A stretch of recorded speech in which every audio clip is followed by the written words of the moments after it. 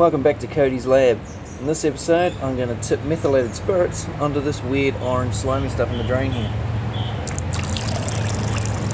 What will happen?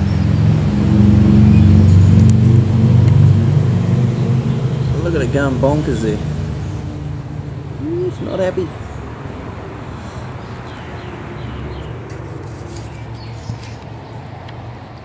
See, the methylated spirits is breaking down the orange slimy stuff. It's quite cool. I don't know what's actually going on, but maybe somebody like Cody would know. Man, the reaction's going crazy now.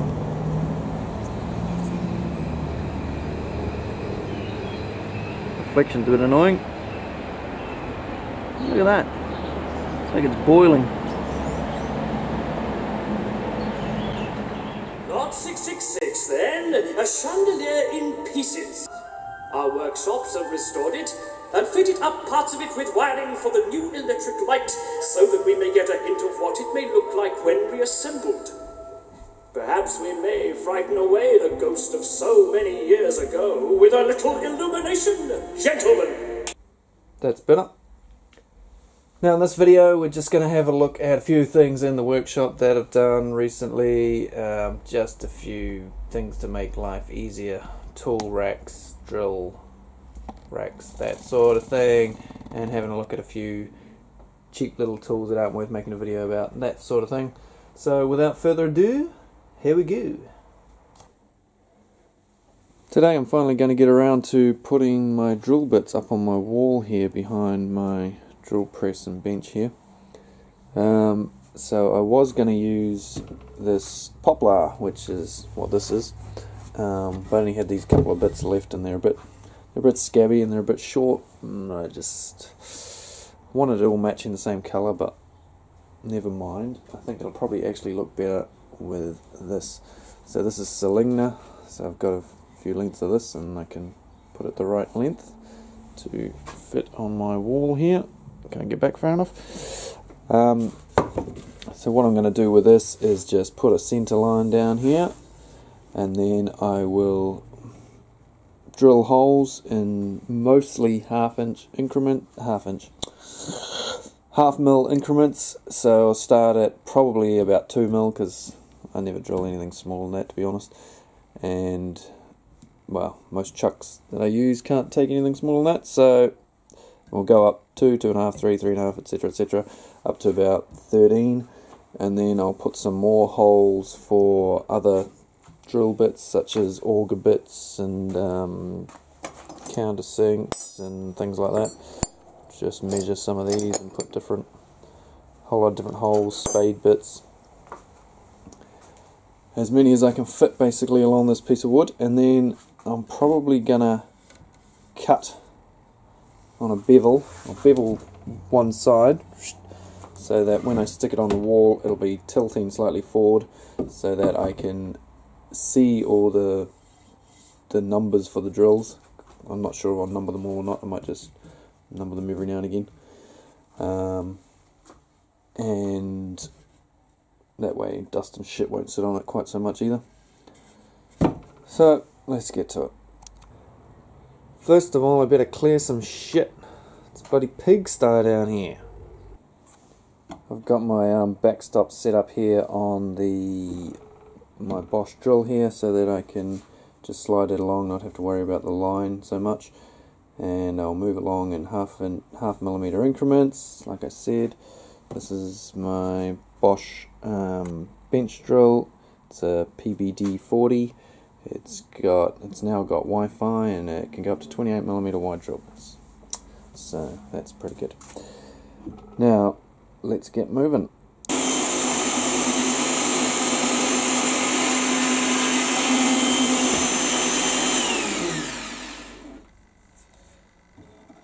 I can set the drill stop on this. I've got a digital display here so that I can go down 20mm on every single drill bit.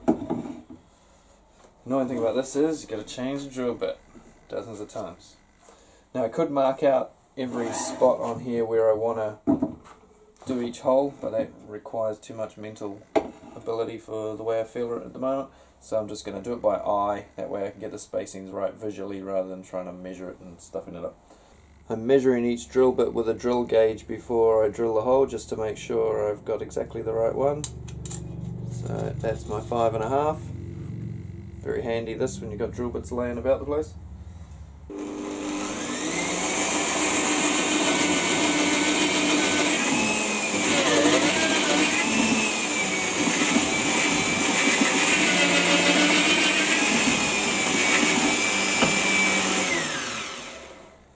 So there's all my holes drilled from 2mm up to 13.5 inch increments. I said inch again, millimetre, damn it, why am I saying inch? So 2 to 13mm in 0.5mm increments. Now I will drill some more holes for other drill bits. Got my holes drilled here for my twist drills, my brad point bits, some long twist drills, a couple of augers.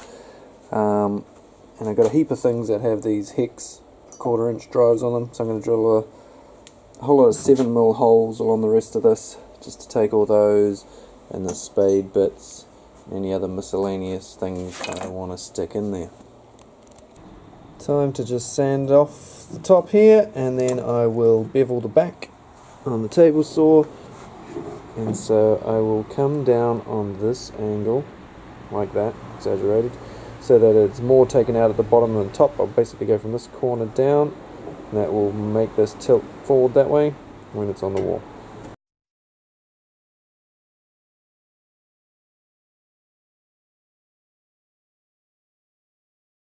So I've got the blade on the angle there. It's just going to give me an angle of about that. So don't want too much of an angle, that should be plenty. Just enough to help me get them out and make them easy to see.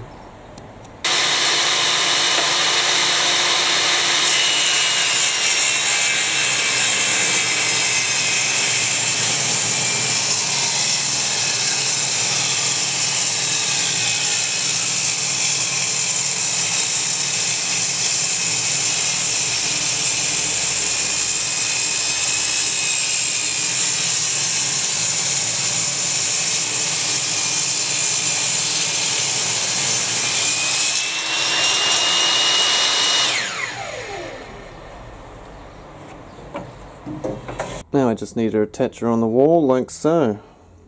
Now normally I do things without screws and nails being visible, and I was going to put this on with dowels and stuff, but I can't be bothered trying to work out the angles, so I'm just going to screw it from the front, bugger it. And I'm not polyurethane or anything because I don't want any to get in the holes and make the holes all out of whack again, so I'm just going to leave it au naturel. She'll be right.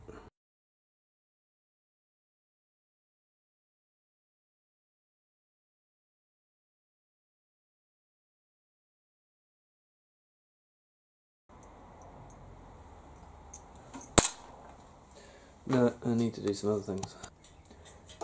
Now I'm going to use this piece of Dixian shelving, racking, whatever you want to call it, stuff, and I'm going to use that. I'm going to put it along the back wall here. Camera's on the wrong angle, but it's going to go all the way along my back wall, my shadow board thing, and then I'm going to use this for putting in screwdrivers and that sort of thing. So that little slot in there, there's different sorts of slots already in this thing for different tools. You can fit pliers and things in here. Anything that's got a awkward end like that doesn't fit through the holes, I'm just going to cut out a few more of them, and that'll run all the way along the back, and it should hold all the screwdrivers and pliers and end cutters and all that sort of thing. As you can see, it's pretty shitty, second hand. I'm going to just get the rust off this with the angle grinder, and then I'll probably paint it black, put some epoxy paint on it, paint it black, and I'll put it up on the wall. So first I need to cut it to length, so I'm going to go do that now with my cold cutting saw, and I've got a few other things to cut. Let's go have a look at that. So I've got a few other things to cut here, as well as the Dixian. I've got this bit of alley there that I'm just going to chop off the strange glass base thing it's on, and I've got a whole lot of Waratahs or Y posts that I need to shorten. And I'm going to be cutting them with this, the Evolution Rage 2 multi-purpose chop saw. If you have a look at my other videos, I've got a video on this particular unit if you're interested. It's a good cheap chop saw. If you don't use them too often, or you want a cheap dirty unit to throw around the place, it's a good choice. Let's chop.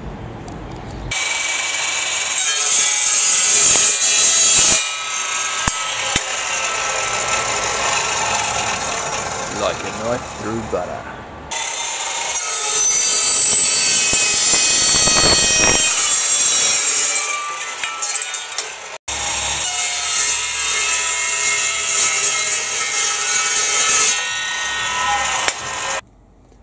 My wife went to the warehouse the other day. The warehouse is a cheap bargain chain store, if you're not aware. And I did something naughty. I bought some cheap crap. So I got this light, $6, got a magnet, hook on the back. It's quite bright. It's good for the odd bit of lighting for videos, or yeah, when you got to get into the car or something. But I did something really bad, and I bought these.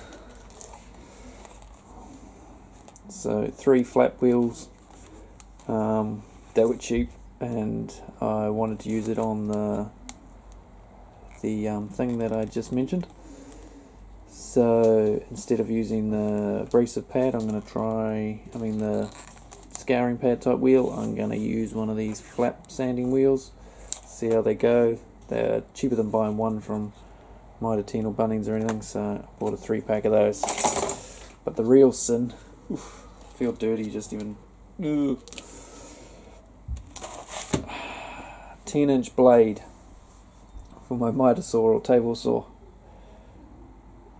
It was $10, and you can't usually get a blade for less than about $60 for that size in this country. So I've got it. I'll stick it on my miter saw and see if it's any good. It's 48 tooth, not bad. Yeah, but the blade on my saw is pretty had it. It's been sharpened a few times. It's pretty grubby at the moment, and so I thought I'd just, before I bought a replacement one, I thought I'd try this El Cheapo one. I know.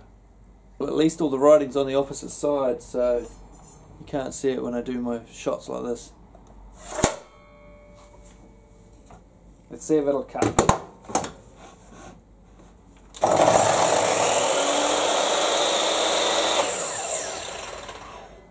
I tell you what, it doesn't feel too balanced.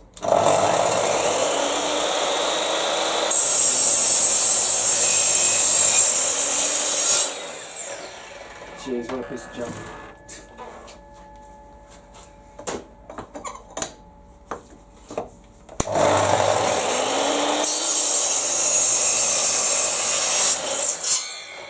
Jesus, struggling to get through that soft shit. I should have known better. That was a complete waste of $10. Put my piece of shit blade on, it'll do better than that. Okay, with the old blade on, just to see how bad that one is. Turn it on, might help.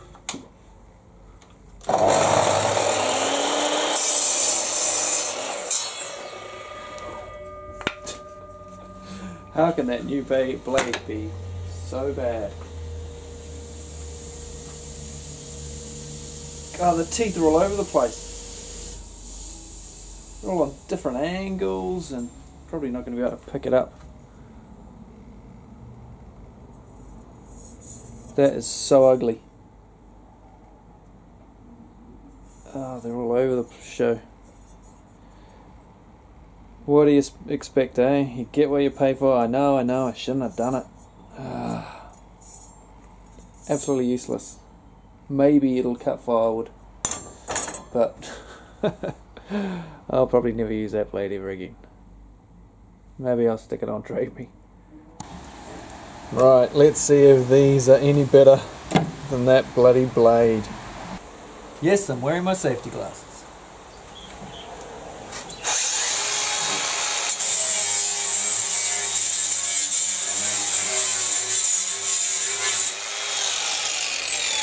Well, there you go, I tell you what. It's already a damn sight better than that blade was.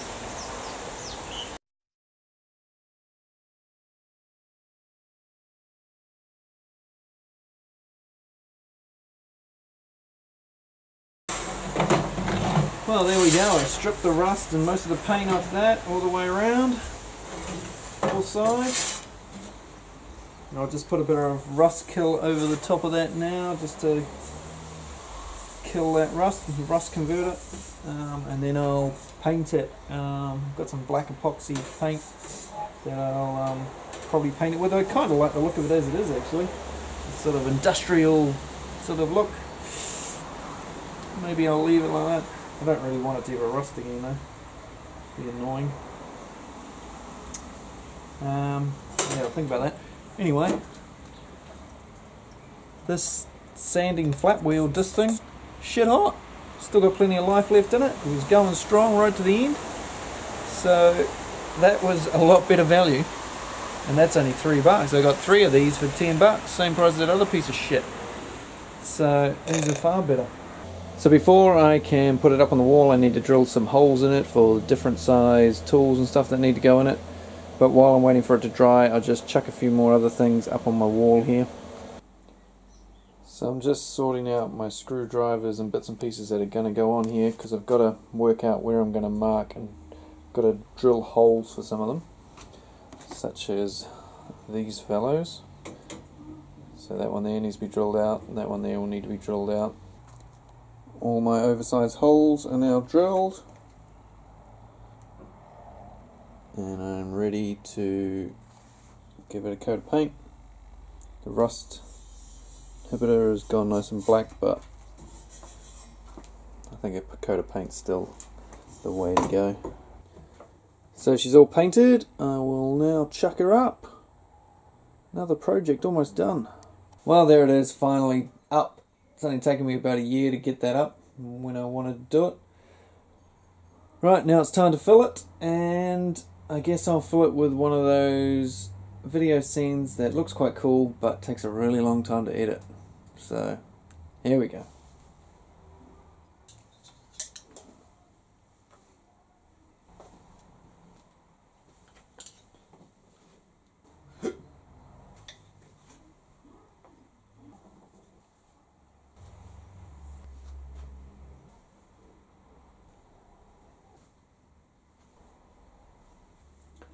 There's a few gaps that I've drilled holes and things for, and I can't even remember what I was going to put in them.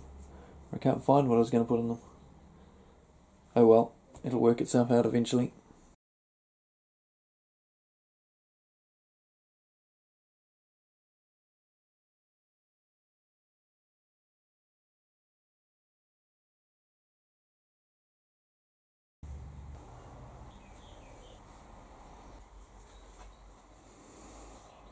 Well, that's looking quite good, but I've still got a lot of things left over. A lot of drill bits there. I've got another whole container of drill bits. I've got all these bits in here. Haven't even put any driver bits on the wall. Bits down here. Bits over there. So it's not a full-on end to this, but it's a start. And I think I will put the most important tool in the shop on this wall also. So there it is. Well, that's another couple of steps closer to having everything organised the way I want it to be. As you go along through life, you get so much more junk, and you've got to get more and more tidy, which is something I struggle with. Coming up, I'm going to hopefully rejuvenate this poor thing, give it a new lease of life, clean her up, take her apart, clean her up, give her a new coat of paint. It was in the flood, so it's gone a bit rusty since. I've also got a bench sander that I want to rehabilitate as well. And I may also have a lathe coming, which will be cool. I don't know where I'm going to put it yet, seeing as it's about the size of this bench. But I'm sure I'll make it fit. It needs a bit of TLC, but it'll be a fun little project. Till then, guys, thanks for watching. If you watched this far, congratulations, give yourself a pat on the back. And I'll see you on the next one, whatever that may be. Oh, I've got a video of a screen I made outside. I'll probably chuck that up next. And a modification to this drill press. Okay, thanks for watching. See you later.